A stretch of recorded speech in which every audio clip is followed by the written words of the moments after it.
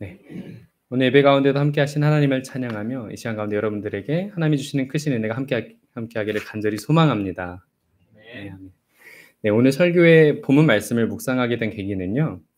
우리 교회 교단인 기장의 교회력을 살펴보니까 해당 본문이 오늘 주일에 성서 일과로 선정이 돼 있어서 선택하게 되었습니다. 교단에서는 각 교회에 성서 일과라고 해서 교단에 속한 교회 목회자들이 다양한 본문으로 말씀을 나눌 수 있도록 여기 성서 본문을 나누어서 제시를 했는데요. 이 주빌리 교회는 교단이 제시한 성서 일과에 따라서 매주 주일 예배 때 시편 말씀을 함께 봉독함으로써 예배를 시작하게 됩니다. 아마 이렇게 함께 예배드리는 여러분들께서 문득 궁금하실 수도 있었을 것 같아요. 함께 이렇게 예배를 드리면서 항상 시편 말씀을 읽고 시작하잖아요. 저 시편 말씀을 어떻게 선정하는 거지? 저나 목사님이 이렇게 은혜되는 말씀을 선정하는 게 아니라요. 교단에서 주어지는 말씀이 있습니다. 네, 주마다 다른 말씀이 있는데 시편과 구약과 복음서와 서신서 이렇게 네 가지가 나오게 되는데 그 말씀들 중에서 오늘은 시편 말씀에 대해서 한번 나누고자 합니다. 그래서 오늘 본문 말씀은 앞서 예배 시간 처음 시작할 때 읽었던 시편 121편의 말씀과 동일합니다. 오늘 본문 말씀은 시편 121편으로 여러분들께서도 이미 잘 아시는 말씀인데요. 말씀을 자세히 살펴보기에 앞서서 시편 121편이 정말 150편까지 정말 많은 시편들이 있잖아요. 시편의 전체 맥락 중에서 어느 맥락에 함께하고 있는지 확인해 보시면은 말씀을 이해하시는 데 큰 도움이 될 것 같습니다. 우선 이 시편 121편이 속해 있는 시편 120편부터 134편까지는 성전에 올라가는 노래라는 이름에 속해 있습니다. 이 15편의 노래는요. 성서학자들이 입을 모아 추측하기로는 히브리 민족의 순례자들이 성대한 예배 축제가 열리는 예루살렘으로 가는 여정 중에 이 순서대로 불렀던 시편으로 예측을 하곤 합니다. 다시 말해 유대인들은 이스라엘의 축제 기간인 유월절, 오순절, 초막절에 예루살렘 성전으로 모여서 성대한 예배 축제를 즐겼을 것이며 그 순례길을 오르며 방금 말씀드린 성전에 올라가는 노래에 속하는 이 시편 15편을 노래하였을 것입니다. 이 노래는 예루살렘에 향해 오르는 여정 중에 부르는 노래이기도 하지만 문자적인 의미뿐만 아니라 은유적인 의미를 담고 있습니다. 즉 하나님을 향해 나아가는 영적인 순례의 길을 걷는 신앙인들에게 신앙의 성숙을 가져다주는 셈인 것입니다.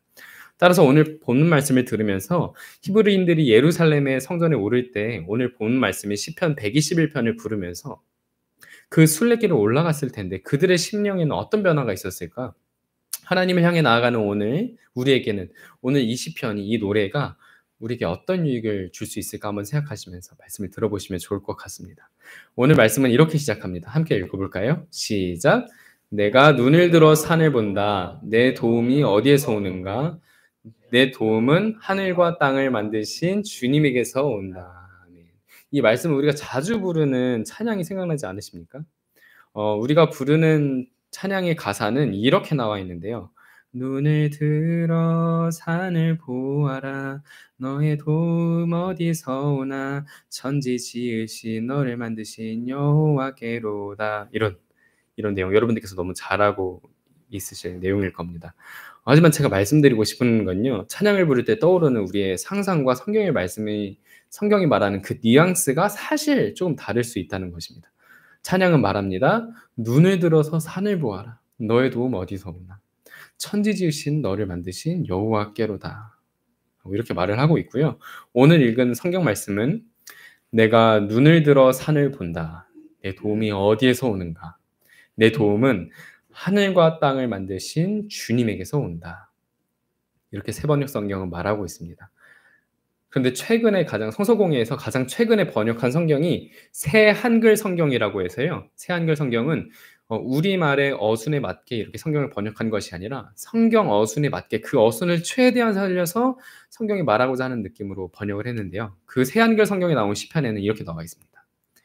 이게 지금 이렇게 행이 이렇게 나눠져 있잖아요. 성경 자체에 이렇게 행이 이렇게 나눠져 있거든. 제가 그걸 그대로 살려온 건데 번역하자면 이렇습니다.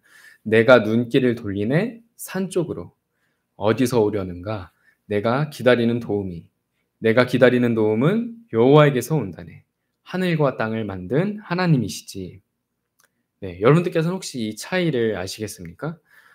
우리가 자주 부르는 찬양의 가사는요. 눈을 들어 산을 보아라 너의 도움 어디서 오나 천지 지으신 너를 만드신 여호와께로다 라고 하면서 굉장히 뭐라고 해야 될까요? 유기적으로 이 흐름이 이어지는 것을 확인할 수가 있습니다. 그래서 저도 찬양을 항상 부르면서 이 대목을 부를 때면은 제가 눈을 들어서 이렇게 산을 보면은 그 산을 지으시고 정말 그 산처럼 큰 하나님의 은혜가 제게 다가오는 것이 느껴졌는데요. 사실 오늘 저희가 읽은 새 번역 성경도 그렇고 새 한글 성경도 그렇고요. 찬양처럼 이렇게 유기적으로 이어지기보다는 단락을 나누어서 그 행간에 호흡이 있는 것을 확인할 수가 있습니다. 내가 눈길을 돌리네 산 쪽으로 어디서 오려는가 내가 기다리는 도움이 마치 찬양이 내가 눈을 들어 산을 봄으로 하나님의 도우심을 알 수 있다고 말하는 것을 말하고 있다면은 오늘 읽은 우리 말씀은 내가 산 쪽으로 눈을 돌렸고 여기서 한번 끊고 어디서 오려는가 내가 기다리는 도움이 단절되어 있는 느낌을 확인할 수가 있습니다. 성경은 우리가 찬양을 부르며 은연중에 느껴왔던 이미지와는 달리 하나님을 산을 바라보게 만든 뒤 점진적으로 더 큰 존재로 설명하는 창조주로 설명하지 않습니다. 오히려 산과는 대조되는, 즉 하나님이 만드신 피조물과는 절대적으로 대조되는 하나님의 전능하심을 주장하고 있는 것입니다. 성서학자들은 해당 본문이 산으로 대표되는 피조물과 하나님의 대조관계를 당대의 시대적 정황에 맞추어 해당 주장의 근거를 덧붙여 보는데요. 그 이유는 이렇습니다. 이 시편이 쓰이고 불리던 당대의 팔레스타인은 온통 이교 숭배로 들끓고 있었습니다. 이러한 대부분의 이교들은 산 꼭대기에서 제사를 지냈다고 합니다. 사람들은 토지를 비옥하게 하고 재앙에서 지켜준다는 말에 미혹되어서 산당에서 제사를 드려왔다는 기록이 있습니다. 즉 당시 산이라는 말이 주는 이교 신전의 이미지에 대조되는 하나님의 은혜를 설명하고 있다는 것입니다. 성서학자들의 추측이 맞을지는 모르겠지만요. 이것만은 확실합니다. 그것이 무엇이냐면 산으로부터는 우리의 도움이 오지 않는다는 것입니다. 본문 말씀의 화자는 명백하게 말합니다. 우리의 도움이 하늘과 땅을 만드신 하나님으로부터 온다는 사실을 말입니다. 만약에 산의 웅장함과 그 산의 멋진 모습으로 하나님을 연상시키고자 성서를 썼다면요. 내 도움은 하늘과 땅을 만드신 주님이라고 굳이 수식을 할 필요가 없었을 것입니다. 2절 말씀에서 하늘과 땅을 만드신 이라고 굳이 붙인 것은요. 1절 말씀에서 나오는 산과는 구별되는 하늘과 땅, 산조차도 다 지으신 하나님으로부터만 그 도움이 온다는 것입니다. 사랑하는 주빌교회 성도 여러분, 저는 오늘 이 말씀을 드리기 위해 이 자리에 섰습니다. 그것은 바로 우리의 도움이 오직 하나님으로부터만 온다는 것입니다. 여러분들께서는 어려움에 처하셨을 때 정말 여호와 하나님만을 바라보십니까? 여러분을 도우시고 지키시는 하나님을 믿으십니까? 우리는 이 사실을 깊이 깨달아야 합니다. 왜냐하면 우리는 우리도 모르게 1절 말씀에 나오는 것처럼 그릇된 길로 행하고 있으며 엉뚱한 곳에서 도움을 찾고 있을지도 모르기 때문입니다. 그렇다면 많은 사람들은, 심지어 많은 그리스도인들은 하나님을 믿고 도움을 구하지 못하는 까닭은 무엇일까요? 그 이유는 우리가 오늘 읽은 6절 말씀에 나와 있는데요. 함께 읽어보겠습니다. 시작! 낮의 햇빛도 너를 해치지 못하며 밤의 달빛도 너를 해치지 못할 것이다. 아멘. 우리 1절, 2절 말씀에서 우리가 산을 보았으나 산은 우리에게 도움을 줄 수 없으며 우리의 도움은 오직 하나님으로만 받을 수 있습니다. 라고 말한 것과는 대조적으로 이번에는 낮의 햇빛이 우리를 해치지 못할 것이며 밤의 달빛도 우리를 해치지 못할 것이라고 말합니다. 이 두 구절을 함께 살펴보면요. 우리는 산으로부터 도움을 얻을 수도 없습니다. 산으로 대표되는 피조물, 이 피조 세계는 우리에게 도움을 줄 수가 없습니다. 그러나 이 피조 세계는 또한 우리에게 해를 입힐 수도 없습니다. 도움을 얻을 수도 없고요. 이 피조 세계는 감히 우리에게 해를 입힐 수도 없습니다. 이 두 가지를 함께 말하는 것이 오늘 시편 기자의 말씀인 것 같습니다. 우리가 자꾸 이 하나님을 의지하지 못하고 여호와를 신뢰하지 못하는 건요. 바로 이 지점에도 함께 있습니다. 그것은 낮의 햇빛이 우리를 상하게 할까 봐 염려하는 것이고요. 밤의 달빛이 우리를 해할까 봐 걱정하는 것입니다. 여러분들 햇빛과 밤의 달빛 무엇을 말하는 걸까요? 우리 피부에 점이 생기고 얼굴이 타는 그런 의미를 말하는 건 아니겠죠?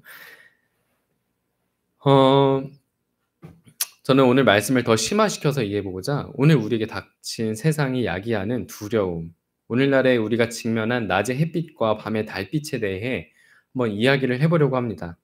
세상은 우리에게 두려움을 주는 동시에 그 두려움을 자기가 해소할 수 있을 것처럼 말합니다. 오늘 말씀에 나온 것처럼 어 이 시편 기자는 특정한 인물이 낮의 햇빛과 밤의 달빛으로 두려워하고 있으나 그것을 해치지 못하고 오직 하나님께서 도움을 주실 수 있다고 말씀하는 것처럼 사실 많은 사람들은 세상이 우리를 해칠까 봐 두려워하고 있다는 것입니다. 여러분도 혹시 세상이 우리를 해칠까 봐 두려워하고 계십니까? 많은 사람들은 여기서 '아닌데 나 그렇게 두렵진 않은데. 나 그렇게 요즘에 그래도 사는 게 평탄하게 잘 살고 있고 내가 먹고 사는 거나 지장이 없기 때문에 마음에 큰 근심이나 두려움이 없다고 생각하실 수도 있습니다.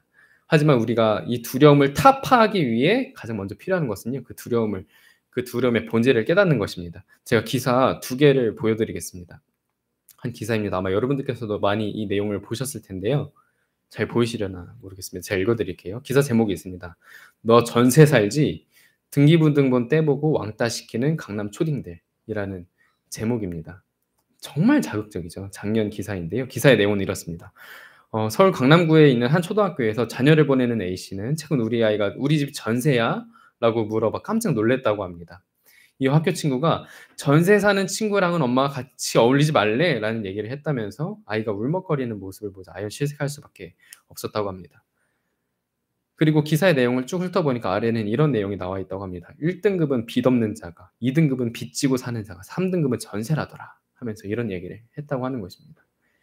기사의 내용은 우리를 참 두렵게 만듭니다. 우리가 전세살이를 한다면은 자가를 소유하지 않는다면은 우리 아이가 왕따를 당할 것 같고 우리 가정의 화목이 깨질 것만 같습니다. 그런데 제가 재미난 것을 확인해 보았습니다. 서울시구별 자가 점유율의 변화인데요. 강남구를 보니까 1995년에 무려 48.3%의 가정이 자가를 보유하고 있었습니다. 그런데 2020년에 들어서는요. 약 36.6%의 인원만이 자가를 소유하고 있습니다. 서울시의 다른 구들을 보면요. 사실 자가 비율이 굉장히 높아졌습니다. 그런데 사실 강남구는 이례적으로 가장 높게 퍼센티지가 떨어진 것을 확인할 수가 있습니다. 이것을 확인할 수 있는 거는요. 강남의 집값이 너무나도 올라 가지고 사실 자가를 소유하는 사람들은 강남 주민의 3분의 1에 불과하지 않다고 하는 것이죠. 그럼 기사를 다시 한번 봐 볼까요? 기사는 우리에게 말하기를 강남에 사는 많은 초등학생들은 그리고 그 부모들은 강남에 자가를 소유하고 있으며 아이들까지도 자가냐 전세냐 이것을 나누어서 서로 다투고 있고 이것으로 왕따가 이루어지게 되고 우리가 부동산에 집중하지 않으면은 우리가 강남에 자가를 가지려고 하지 않으면은 우리가 해를 입는다고 말하는 것입니다. 제가 기사 하나를 더 보여드리기 전에 한번 이 내용을 살펴보길 원합니다. 아까 그 기사의 마지막에 나왔던 내용인데요. 이렇게 나옵니다. C씨는 브랜드 아파트를 자가로 가지고 있어야 놀림 시세를 면하던 시대도 지났다면서 이제는 아이들이 아파트를 통해 아파트 값이 얼마인지 몇 평인지 등을 쉽게 알 수 있다고 말했다라고 기사는 말합니다. 제가 이 기사를 보여드리는 건요. 다른 게 아니라 우리 아이들이 이렇게 지금 어려운 상황에 있습니다라고 말하는 게 아니라요. 이 기사를 통해 세상이 우리에게 말하고 있는 공포와 두려움의 방식이라는 것입니다. 제가 이 기사를 직접 찾아서요. 이 기사를 쓴 기사와 이 기사를 발행한 그 신문사의 다른 기사들도 쫙 살펴봤어요. 그랬더니 정말 우리 사회를 계속 이렇게 무섭게 만들고 우리로 하여금 공포를 들게 하는 그런 기사들을 참 많이 썼다는 것을 보고 참 안타까운 마음이 들지 않을 수가 없었습니다. 기사 하나를 더 살펴보려고 하는데요. 이번에는 이런 내용입니다. 초등아이가 167만 원짜리 숏 패딩 안 입으면 거지라고 놀린다고. 강남 패딩 고가로부터 품절이 없어서 못 판다라는 내용입니다. 기사 내용 제가 빨간 줄 친 부분만 읽어볼게요. 실제로 강남의 백화점을 비롯해 마트에 가면 어른부터 아이까지 왼쪽 팔에 M사의 브랜드 마크가 달린 패딩을 입고 있을 정도로 이 브랜드는 최근 더욱 인기를 끌고 있다. 성인 매장의 경우 개점 동시에 웨이팅 등록을 해도 최소 3시간을 기다려야 옷을 구경이라도 할 수 있다. 라고 내용이 나와 있습니다. 앞서 제가 방금 말씀드린 두 기사의 공통점은요. 사람들로 하여금 두려움을 갖게 만든다는 거예요. 근데 하지만 이 두려움이 정말 실상이냐는 것이죠. 두 번째 읽은 기사 제목은 초등아이가 167만 원짜리 쇼핑앱을 안 입으면 거지라고 놀림받는다고 우리에게 이 두려움과 공포를 전달합니다. 사람들로 하여금 내 아이에게 진짜 비싼 패딩 안 입혀서 우리 아이가 따돌림 당하면 어떡하지? 왕따 당하면 어떡하지? 거지라고 놀림받으면 어떡하지? 라는 그 마음을 심어준다는 거예요. 기사가 이렇게 말을 하고 사회가 자꾸 우리에게 이렇게 말을 하는 건요. 사실 모든 의도가 있기 때문입니다. 부동산은 부동산의 이유가 있고요. 이 패딩 기사에는 패딩에 관한 이유가 있습니다. 제가 아까 말씀드렸던 것처럼 기사의 하단에는 특정한 브랜드의 이름도 기재되어 있고 그 아래에는 그 브랜드가 정말 품절이 되어서 못 입는다는 내용이 막 기재가 되어 있어요. 사실 이런 기사들의 내용은 우리가 미처 파악하지 못하는 사실 사회의 물질주의를 더욱 강하게 만드는 마케팅이나 다름이 없는 것입니다. 이처럼 세상은 우리에게 말합니다. 우리가 비싼 아파트를 소유하지 않으면 아이가 왕따를 당할 것이고 아이에게 비싼 패딩을 사주지 않으면 따돌림을 당할 것이라고 말합니다. 저는 최근 물질주의가 이 이면에 드러난 공포감과 탐욕, 이 모든 권세가 지극히 악한 것이라는 것을 절실히 깨달았습니다. 이러한 측면에서 물질주의는 부유라는 이름의 가면을 쓴 만몬이라는 철저한 악의 권세이며 하나님께서 굴복시키실 영적인 세력입니다. 사람들은 흔히 사탄과 마귀가 눈에 보이지 않는 영역에서만 우리를 공격하고 해하려 할 것이라고 생각을 합니다. 하지만 실상은 그것과는 달리 교묘하게 우리의 삶에 들어와 하나님의 자리를 빼앗고 싶어하고 공포감을 조성하여서 우리를 하나님이 아닌 물질을 찾게 만들고 하나님이 아닌 다른 무언가를 찾게 만듭니다. 이처럼 세상에는 세상이 주는 두려움의 의도가 있습니다. 두려운 마음이 들게 하여서 사람이 더 물질을 찾게 하는 것이 바로 그 목적인 것입니다. 즉 문제를 제기함과 동시에 마치 해결할 수 있는 것처럼 말하고 있는 것입니다. 우리 사랑하는 주빌리교회 성도 여러분, 우리 한번 기억합시다. 여러분의 눈을 들어 돈을 바라보십시오. 집을 바라보십시오. 비싼 패딩을 한번 바라보십시오. 여러분의 도움이 어디에서 오십니까? 성경은 여전히 우리에게 말합니다. 물질과 부요는 우리에게 도움을 가져다 줄 수 있는 진리가 아닙니다. 또한 이 물질주의의 흐름은 우리를 해칠 수조차 없습니다. 그러니 안심하십시오. 오직 주님만이 우리를 졸지도 않고 주무시지도 않고 지키시는 주님만이 우리에게 유일한 도움을 가져다 주십니다. 이것을 아는 것이 굉장히 중요합니다. 또한 세상이 우리에게 물질적인 두려움뿐만이 아니라 또 다른 두려움을 주는데요. 그 두려움은 바로 타인에 대한 두려움입니다. 이번에는 우리가 직면하고 있는 타인에 대한 두려움을 다루고 있는 한 이야기를 들려드리려고 하는데요. 이 이야기는 숭실대학교에서 제가 멘토님들 대상으로 우리가 학생들을 만나고 학생들을 대할 때 혹시 우리가 학생들에게 어떤 마음을 가지고 대하고 있는가에 대해서 나눌 때 사용하였던 한 동화입니다. 마시멜롱 마을이라는 한 마을이 있었습니다. 이 마을에는 여기 보이는 하얀색 친구들, 마시멜롱이라는 존재들이 함께 어울려 살고 있는 마을인데요. 함께 마을에서 이렇게 맛있는 것도 따먹고 잠도 자고 하면서 아주 화목하게 지내고 있는 생명체예요. 그래서 낮에는 나무 열매를 따먹고 밤에는 다시 마을로 돌아와서 서로 이렇게 화목하게 지내는데 이들이 사는 마시멜롱 마을에 어느 순간 이파라파 냐무냐무라는 괴성이 들립니다. 그래서 마시멜롱들이 나무 열매를 따다가 굉장히 놀래요.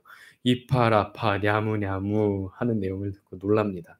그 내용이 어디서 오냐? 바로 이 굉장히 꺼멓고 무서운 털숭숭이라고 하는 어떤 생명체가 이렇게 말하는 것을 듣게 된 것입니다. 이파라파 냐무냐무.